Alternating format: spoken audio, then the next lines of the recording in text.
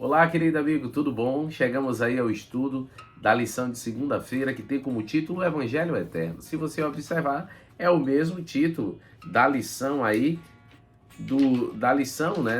dessa semana. E aí fala sobre Apocalipse 14:6, que é o nosso verso áureo, que fala do anjo que saiu para pregar o Evangelho Eterno. Só que aí a lição traz alguns textos de Coríntios e também de Romanos, para que a gente entenda melhor a concepção desse Evangelho Eterno, baseado também nesses textos. O primeiro texto que a gente vai ler, 1 Coríntios capítulo 15, do verso 1 ao 4.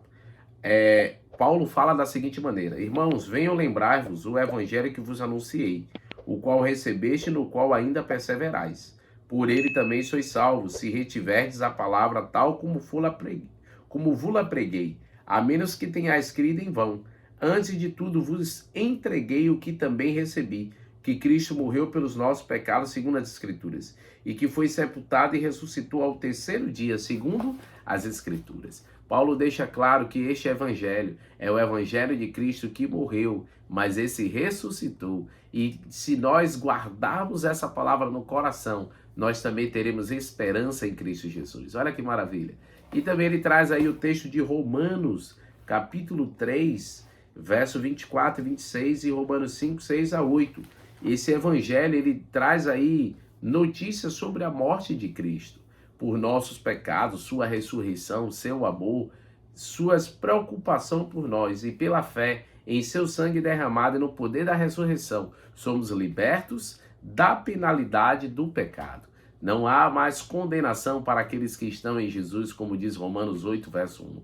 Nós somos libertos do peso do pecado. A Bíblia diz que o salário do pecado é a morte, também em Romanos diz isso. Mas o dom gratuito de Deus é o quê? A vida eterna em Cristo Jesus. Então, há 4 pontos interessantes a observar desses textos que citamos aí de Romanos, que você pode ler em sua casa. Primeiro ponto, nós somos justificados pela graça. Nós nos tornamos justos não pelos nossos méritos, mas pelos méritos de Jesus. É sendo remido, lavado no sangue do Cordeiro, que Deus nos considera justos. Segundo, a graça é uma declaração de justiça de Deus. A morte de Cristo nos justifica e Deus nos torna justos pelos méritos de Cristo Jesus. Terceiro, a graça justifica os que pela fé aceitam Jesus. Tudo isso ocorre pelo quê? Pela fé. Nós precisamos aceitar a salvação, ser transformado, receber poder, sermos chamados de filho agora de Deus pelos méritos de Cristo. Tudo isso nós fazemos por meio da fé. E o quarto ponto, Deus demonstra seu amor por nós enquanto éramos pecadores. Cristo veio morrer, nós ainda somos pecadores. Ele não veio morrer por justos, mas por pecadores. O amor dele foi tão grande que veio morrer por pessoas que estavam em erro.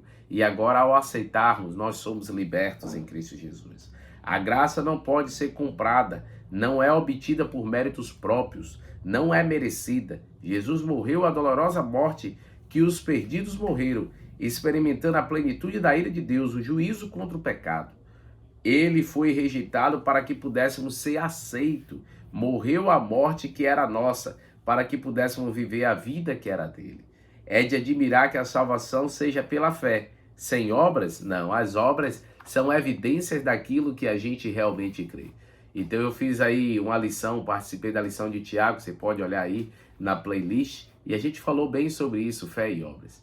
As obras é apenas, queridos, para evidenciar a fé que temos. Se você tem fé em Jesus, revele isso falando do seu amor a outras pessoas. Que Deus te abençoe e dê um ótimo dia na presença dele. Vamos orar? Querido Deus, ó Pai, abençoe a cada ouvinte, cada amigo que tem participado conosco no canal, que a tua graça e poder esteja sobre eles também, no nome santo de Cristo Jesus. Amém, Senhor. Deus te abençoe, queridos, te dê um ótimo dia aí, uma boa segunda-feira na presença do Senhor. Tchau, tchau, queridos.